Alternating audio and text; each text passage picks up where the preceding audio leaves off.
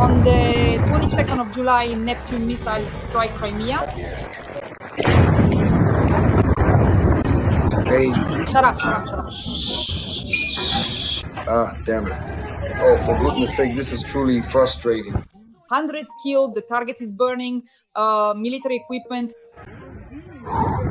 Shot it down. No, it exploded on its own, fell down, they didn't hit it. The remnants of the Russian Armed Forces Black Sea Fleet are being destroyed.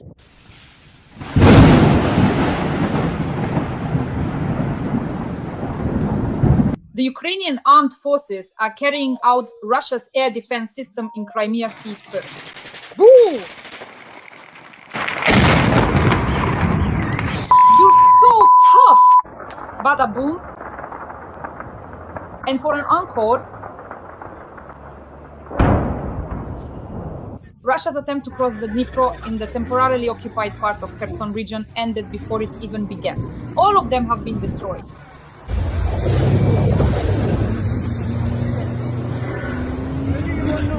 There it is.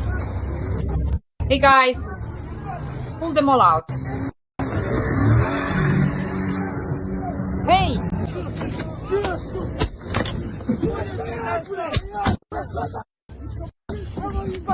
The GUR, SBU and Ukrainian armed forces are carrying out a brilliant operation in Crimea, Moscow, the Moscow region, St. Petersburg and Kaliningrad.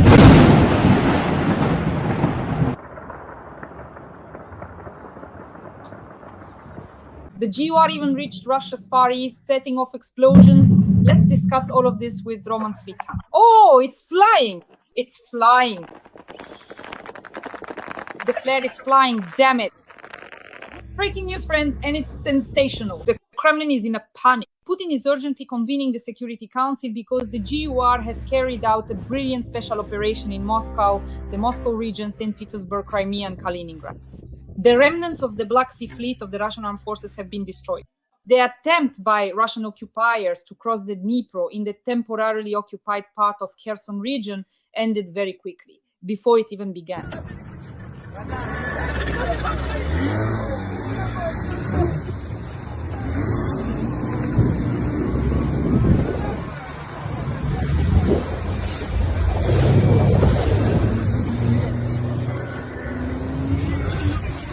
Guys, hey, get them out of here immediately and without delay. Moreover, the formidable Neptune missiles are currently and relentlessly attacking the Crimean Peninsula with full force and significant impact.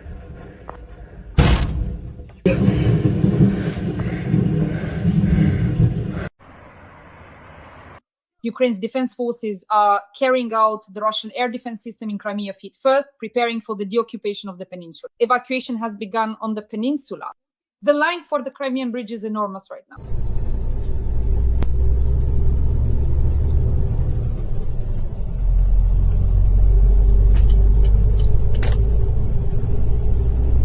Moreover, the GUR attacked an energy facility in Russia's Kaliningrad, leaving a Russian military-industrial enterprise without power.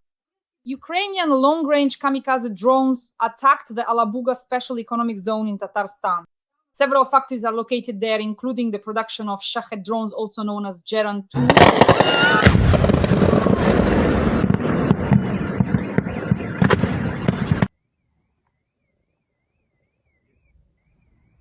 The Ukrainian armed forces attacked the occupiers' air base in Voronezh. Everything is on fire there. The Ukrainian armed forces also attacked Novonomysky Azot in the Stavropol region, which is a factory, and in Russia's Samara region, the Novokuybishevsk catalyst plant was attacked. It is part of the Rosneft structure. And a new video has appeared showing the crash of a Russian Su-25 near Soledar. It was friendly fire, as I understand it, shot down by another Russian aircraft. Let's discuss all this with the well-known military analyst Roman Svita. Roman Grigorievich, welcome. Thank you. Wish everyone good health. Roman Grigorievich, what do you think of the special operation by the GUR? They are joining forces with the SBU and starting to carry out a series of actions from Kaliningrad, near St. Petersburg, the Moscow region, and Moscow itself. What do you think? We once described these people with you, those who carry out this kind of work. The concerned ones, these are concerned people in Russia, ranging from Maltsev's partisans to the resistance forces of the republics who are trying to break free from Russian oppression and destroy this Russian prison of nations. They are also working towards our victory. First and foremost, they are working for themselves, destroying the Russian economy, destroying Russian mechanisms, including military ones. And naturally, this helps us. And of course, we will stand firmly behind them for this. And we thank our friends for this kind of. Sometimes certain actions are carried out under the guidance of our special services, the Foreign Intelligence Service, the main intelligence directorate, the Security Service of Ukraine, and our border guard intelligence, which also participates in these operations. So all these concerned individuals, sometimes regarding certain military targets, are overseen by our special services. That's why there is now such a wave sweeping across Russia, specifically connected to the destruction of the Russian oil and gas industries. It's very easy to destroy. Some of the concerned individuals simply set fire to forests through which Russian Gazprom or oil and gas pipelines run, whatever they're called. And they just burn down. Pipelines burn, oil pumping stations burn, inspection hatches burn, so-called air vents, inlet and outlet manifolds at oil refineries, all of it burns. In other words, they're working very hard, powerfully, and even in enclaves, including by the GUR. At the very least, the GUR boasted that in the Kaliningrad region, they took out a power installation, basically shut down, cut off power generation in that area. So well done, impressive. Obviously, it's unlikely that the GUR itself was directly involved. The task was probably carried out either by GUR's confidants or by concerned citizens. A huge thank you to them for that. Friends, please like this video. Leave a few kind words for our special services in the comments.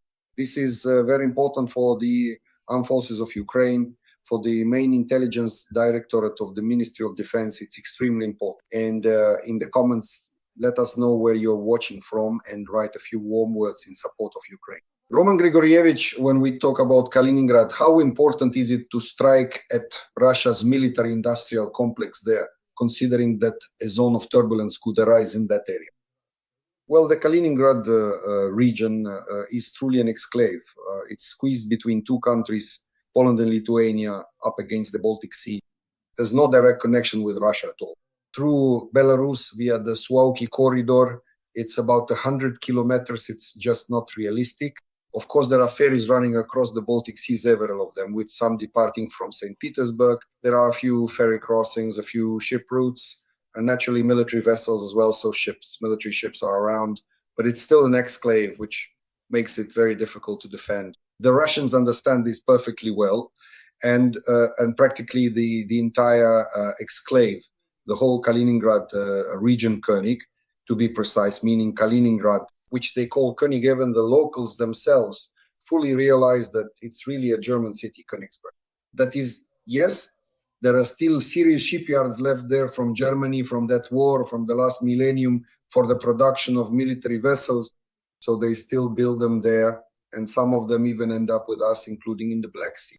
It is there that these ships are built at those shipyards. There are some very serious facilities, of course, and part of the Baltic fleet, specifically the Russian Baltic fleet, is stationed precisely in Königsberg, in the Kaliningrad region, or let's just call it Königsberg. I like that better. And naturally, there is also aviation. A fairly large number of troops are stationed there. That is why it is very important for us, but not only for use, of course, it is primarily important for the Baltic states and also for NATO to limit the expansion of Russia's military presence in this exclave. There are various mechanisms for this. Moreover, for example, right now we have the right, since Russia is the aggressor, we have the right to destroy any Russian military targets anywhere they may be located. It doesn't matter at sea, on land, in the fourth dimension, in Antarctica, anywhere. A military target can be destroyed, and our special services can do this and most likely are doing it. We have repeatedly said that operations are being carried out in Königsberg and quite successfully. Roman Grigorievich. Brilliant news from temporarily occupied Crimea. First of all, Neptune missiles regularly strike there, they attack military bases and airfields, and now Ukraine's defense forces are simply taking out Russia's air defense system in Crimea, we are destroying this system. And everyone is saying that this is part of the preparation for the deoccupation of the peninsula. And evacuation has now begun on the peninsula. Just an hour ago, I saw there were huge lines at the Kerch Bridge. What do you think about that? Well, the thing is, any operation to deoccupy will start with an air attack. And any air attack begins with achieving air superiority, meaning the destruction of the enemy's air defense. First, the ground-based systems, and then naturally the airborne one. And right now we are witnessing the beginning of this operation. Although, to be honest, from a military perspective, it's a rather flimsy start. Look, every week we talk about something flying over Crimea, something being hit here, something being hit there. There's no systematic approach to the work. What does a systematic approach mean? It means every day, every night, ideally at night, so that fewer civilians suffer, regardless of whether they're Russian civilians or our own steadfast Ukrainians who are there. We don't target civilians. It's very important for us to shield civilians from direct strikes, and then preferably at night to hit military targets, anti-aircraft missile systems, and enemy military facilities. But this is being done correctly, competently. However, the frequency is still insufficient. This should be happening every night, but right now it's only happening once a week or even once every couple of weeks. That's far too little. This issue, if, for example, we're talking about the Neptunes. Neptune is a so-called coastal missile system, which is currently overseen by Papa, that is the commander of the Ukrainian Navy, the naval forces of Ukraine. He should have an entire unit or division dedicated to the liberation of Crimea. In fact, it should be our naval forces that are responsible for the liberation of Crimea. That's the optimal approach. Within their structure, there should be a branch of the armed forces. We've said this so many times. Already it was a bit of a mistake to create a general branch, the unmanned systems forces, because their own unmanned systems forces should be established under Papa within the Navy, within the naval forces, so that they can operate underwater drones, surface drones, and aerial drones, plus the same Neptunes. Neptune, let me repeat, is a missile of the coastal missile complex, which is directly subordinate to Papa. And so a sufficient number of forces and assets of this level, plus it is absolutely necessary to reassign at least one squadron of, say, Mirages, for example, Mirages as naval aviation to operate against maritime targets and ground targets in Crimea. And then this process will set the task not for Papa. Here, you give him a specific task liberating Crimea, that he focuses solely on Crimea and nothing else. Our sailors should be engaged in the liberation of Crimea, and then it will become a systematic, planned effort, daily and nightly work to drive the Russian presence out of Crimea. If this systematic work begins, those lines you mentioned at the Kerch Bridge, believe me, remember we talked about swimming crawl, breaststroke, and doggy paddle. That's the optimal scenario, because not everyone will be able to cross the Kerch Bridge. Roman Grigorievich, while preparing for our interview today, I noticed that the occupiers do not have enough available air defense systems, but they continue to concentrate them in Crimea. The reason is their fear of a Ukrainian offensive, claims a Crimean native, former spokesperson of the General Staff of the Armed Forces of Ukraine, Vladislav Seleznev. The occupiers believe in the possibility of a seaborne landing, which is why, for the third year in a row, they have been building engineering fortifications along the coast of the Chernomorsky, Yevpatorisky, and Simferopol district. This line of defense is destroyed by storms every year, but they keep restoring it again and again. This only means one thing: the occupiers are not confident in Crimea's defensive capability. What do you think? That was a quote. Believe me, I once served in the Soviet Union. I started out in the Soviet army. This is a bit of a different task. This is the kind of thing they do when there's nothing else to do. They assign some task just to keep the personnel occupied. Look, there are several tens of thousands of Russian troops in Crimea. They have nothing to do there. Well, maybe spy on girls at the beach with binoculars, and so that these kinds of foolish thoughts don't get into their heads. They hand them shovels and give them the task of digging up Crimea lengthwise and crosswise, knowing full well that the first storm will cover up everything they've dug. Then they're given the task again, and once more they dig everything up lengthwise and crosswise. Back in the Soviet Union, they used to paint leaves and yellowed grass green. Well, that's what they call the connection between space and time. You pick up a shovel and dig a trench from lunchtime to dinner. The connection between space and time, well, that's about how it is. It's exactly the same picture here. It's pointless work, but at least it keeps the Russian troops occupied with some kind of task. Then they keep fiddling around. Basically, it's all under a general strategic objective. That's right. But the thing is, a naval landing in Crimea is only possible after we liberate Skadovsk. An amphibious landing in Crimea from Skadovsk to Crimea is 50 kilometers. It's 50 kilometers to Skadovsk. Well, if you cut it from somewhere around Hola Pristan, for example, to begin an operation to liberate Crimea, a ground operation, you would already need to cross to the left bank, land or force the Dnipro, heading towards Skadovsk. And from Skadovsk to Crimea, it's 50 kilometers by sea. Believe me, boats can cover that distance in an hour and a half, 2 hours. That's when a real threat will arise, truly. Right now, there is a danger for the Russians. They understand this perfectly well if there is an airborne landing. But with an airborne landing by helicopters or planes, you can't really dig in any defensive positions. They'll just fly right over them and that's it. So for now, to sum up, what are the Russians doing? They're just wasting their time. That's about it. Building these fortification structures. Let them dig. After all, well, so to speak, it's hell here.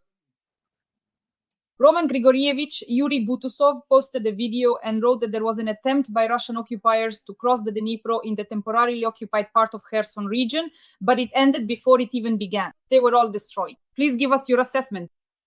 Such attacks have been happening every day for the past several months, and there are several attacks per day. Not all of them make it into the video stream. And Yura Butusov, a competent military journalist, was one in his time. Now he is fighting, so he can create such video footage, and we owe him a big thank you for that. Why? Because he's been fighting for 12 years since 2014, and people know him well. So the way he presents material is very concise and to the point, but let me repeat, there are several such attacks per day, and this has been going on for several months in a row. The Russian left bank group has been tasked with carrying out harassing strikes on the right bank. In other words, it's an attempt to gain a foothold on the right bank. First, they try step by step to take full control of the islands, especially in the low reaches of the Dnipro.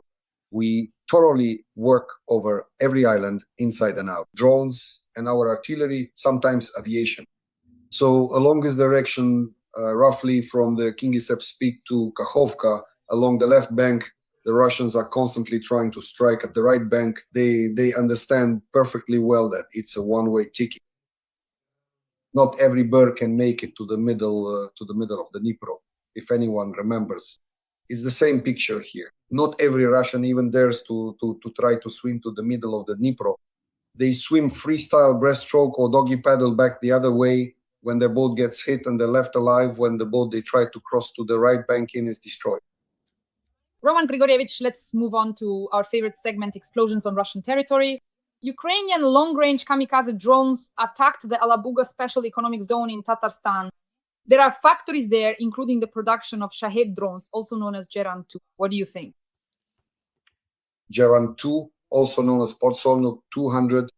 But this needs to be clearly understood, because when people say Geran 2 is the same as Shahed, let me tell you, there is not a single component of Iranian origin in the Geran 2S. Why? Because after disassembling all these Gerans that come to us, either the components are made by Progress, that S Russian R&D, mainly electronics, or they're all Chinese. The majority is Chinese. Some units and assemblies are old French, old American parts, well, the kind you can now buy by the kilo for 1H Rivnia at flea markets. They are also used in Thisan. The carbon fiber body is Russian. Plus, there are some so-called parachuting systems that's for recovery Belarusian from Belavia. So in Vitebsk, there's a factory, and some of those drones that are designed to return, the so-called reconnaissance ones, have parachutes that are specifically Belarusian. That's why Geran 2 is a Chinese, Russian, Belarusian version with some French and American components mixed in. There is absolutely nothing Iranian in it. So this whole Shahed thing should be dropped, and we should specifically talk about Russian-Chinese production. Why am I clarifying or rather emphasizing this point? Because those Israeli airstrikes on Iranian factories, on Shahed production, have no effect whatsoever on the production of gerans from Chinese components. These are now two completely different manufacturing processes. After Pezeshkian was elected president of Iran, has a pro-European oriented politician, at least in terms of his stance after his election. Russia has not received any military assistance from Iran on our side. There are no Iranian missiles. Not a single Iranian missile has been launched at Ukrainian territory. Ask anyone, not a single Iranian there were Korean ones, there were Chinese ones, old Soviet ones, meaning Russian. There haven't been any Iranian ones, and Shaheds have been gone for a long time now. Maybe back in the old days at start, under the previous president, there were some connections at least. Now it's purely Chinese. What am I saying? Even if you completely destroy all Shahed production in Iran, the production of gerans won't stop. And to stop the production of gerans, our armed forces are doing the right thing. They're destroying the factories where the key assembly takes place. Right now, it's still in Alabuga, but soon they should reach Izevsky. They're already in Izevsk. The Chinese have built a factory there, and now the Chinese are building a plant to produce something like the 4th or 5th generation gerans, or whatever they'll call them, maybe Shenzhou or something, it doesn't matter, in North Korea, right in their own backyard, actually. There are several hundred kilometers of shared border between China and North Korea. And between North Korea and Russia, or you could say the Far Eastern Ukrainian People's Republic, Vladivostok, is nearby. Zelyony port is there, and it's only a few dozen kilometers along the Tumanaya River. That's why all the drones that come our way are either Russian, Chinese made, like those same Geran drones, or they're of Israeli manufacture. At one time, Israel built a factory in Russia for producing heavy reconnaissance drones, heavy unmanned aerial vehicles, which they still use to this day, including the fact that the same Lancet is actually the Israeli Herokit Edison. That's why there are problems with perceiving this whole reality at the moment. Nothing Iranian is flying at us, so all the strikes on Iran for us bring absolutely nothing. But what needs to be destroyed are the Chinese, Korean, and Russian ones. The more, the better. The strike was actually carried out pretty well for first attempt. They tried to drop an aerial bomb on Alabuga. That's our drone, or rather, it's our light aircraft converted into a drone, the A-22, called Aeropract, which is now learning to drop aerial bombs. Well, they say it's a 250-kilogram bomb, but that's unlikely because such a heavy bomb is hard for them to carry far. I think it's a 100-kilogram one, the so-called Fab 100. So it wasn't a precise hit. They didn't hit the building. The aerial bomb landed on a lot, basically a parking area for vehicles, at least those belonging to the workers at this plant, who are directly involved in assembling these Geran drones. I think about a dozen Chinese workers, to put it mildly, were scared out of their wits after that strike. I don't know if they'll go back to China or not, but I don't think this will be the last strike. Every voice matters. Join our community, support independent journalism and help us bring you the truth from Ukraine. Become a member of Ukraine Today. Join us now. Roman Grigorievich, the Ukrainian armed forces attacked the Russian airbase in the Voronezh region. There's video of the strike, everything is on fire. What could have been hit there? So enemy tactical aviation, fuel, the runway? Well, that's probably Buturlinovka. So most likely, yes, it was a strike, guys. It was a strike on the airfield. Russian tactical aviation is stationed there. It's a forward airfield for army aviation, for Russian helicopters. There are also so-called transit depots there. That is, and well, naturally, the main thing is the airfield technical equipment of any level, at least the ground equipment, plus fuel and lubricants depots. That's what the strike was aimed at. Well, there is already confirmation. The general staff has confirmed that the strike was successful, at least. So this is the systematic work of our armed forces to destroy Russian military targets.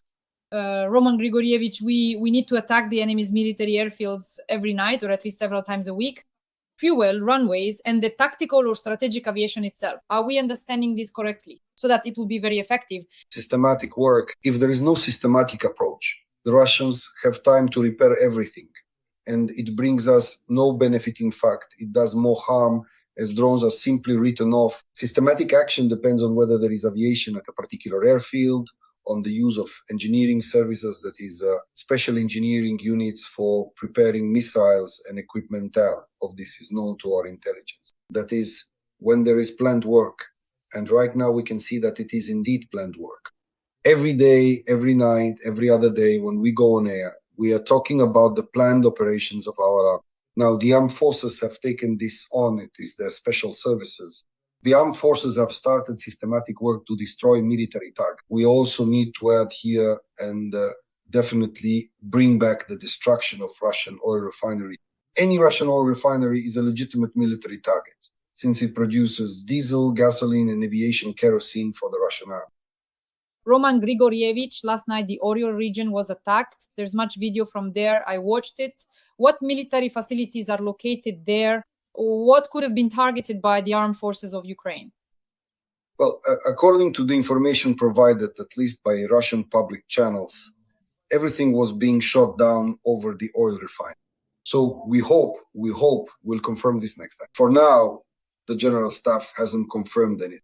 We hope that finally this was the army's work. In other words, there's no hope left for the special services. Malyuk and Budanov sanctions have fizzled out, the ones that were previously used for strikes on oil refineries. Well, the guys went in the wrong direction. As they say, they gave up.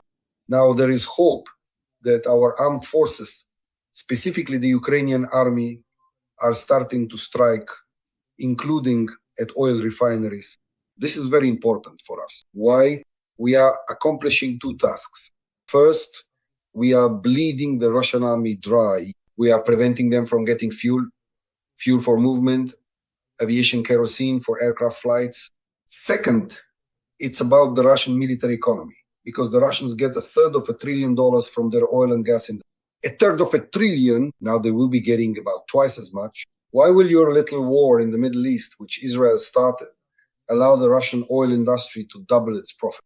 And that's what ends up on our heads. Then North Korean KN-23S will start raining down on us, and those dying, emaciated North Koreans will reappear, the ones Putin will buy with those petrodollars. So for us, this will be a problem, because otherwise it wouldn't be. In order to protect our soldiers and Ukraine, including all of Ukraine from Russian airstrikes, we need to destroy hydrocarbons, burn them down to zero. So right now, just think about it. The Ukrainian army needs to help Russian partisans destroy Russia's hydrocarbon industry.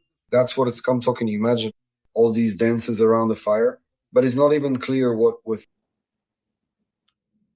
Drones attacked Nevinomysky Azot, a plant in the Stavropol region. And in Russia's Samara region, the Novokuybishevsk catalyst plant was attacked. It is part of the Rosneft structure. Roman Grigorievich. These are chemical plants, so-called chemical industry plants. Both of them produced additives. There are certain additives for aviation kerosene, some for increasing, say, density or for temperature. There are a lot of chemical materials that are produced, manufactured only in the chemical industry.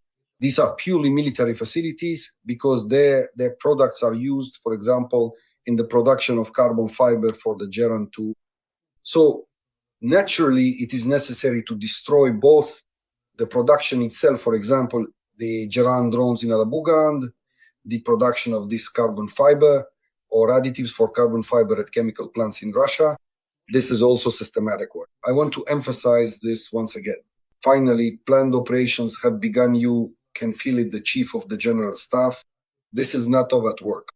In other words, the new chief of the general staff is doing an excellent job. You can sense a systematic approach in the work of our long-range strike capabilities now. Roman Grigorievich, a video has surfaced showing the crash of a Russian Su-25 near Solidar. Everyone is saying that it was most likely shot down by another Russian aircraft. What do you think? As I understand it, these kinds of plane crashes have been happening quite often to the Russians lately, right? Well, there are many reasons, especially with the Su-25 these 40-year-old grandpas that are still somehow carrying out combat missions. We fly them too. They're not bad planes. They're actually quite stable.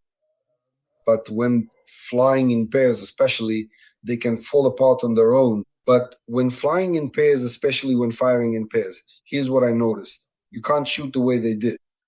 The thing is, the wingman almost shot down the lead aircraft, and he wasn't even aiming at him. The thing is, they were firing NURS, so-called unguided rockets. unguided aerial rockets, also called NARs, well, we call them nurses. So when the wingman fires a nurse, if, for example, the stabilizers don't deploy, if even one of them fails to open the rocket, immediately veers off course.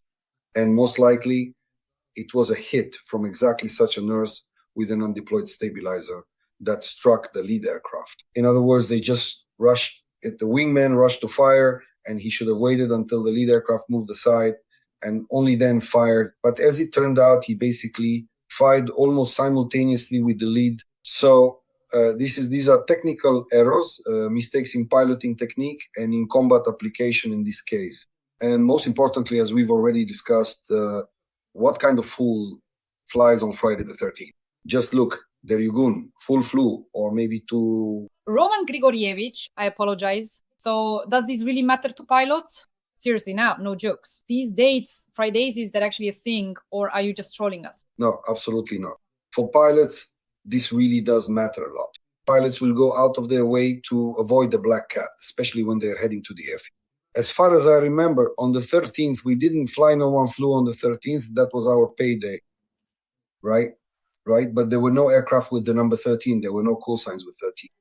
For example, my call sign was 00057, 30057, but there was never a 00013. So there just weren't any call signs like that. So this isn't trolling, not at all. This is exactly the kind of problem that society brings into the decision-making process, even for pilots. Sometimes it's a matter of split seconds, literally fractions of a second, and when not just saving someone, but making decisions by the flight crew, sometimes something like flying on the 13th, or just taking off on the 13th, or being on board number 13, or with call sign 13, can already switch a person's mind into a different mode, especially if they're superstitious. As they say, all pilots are superstitious.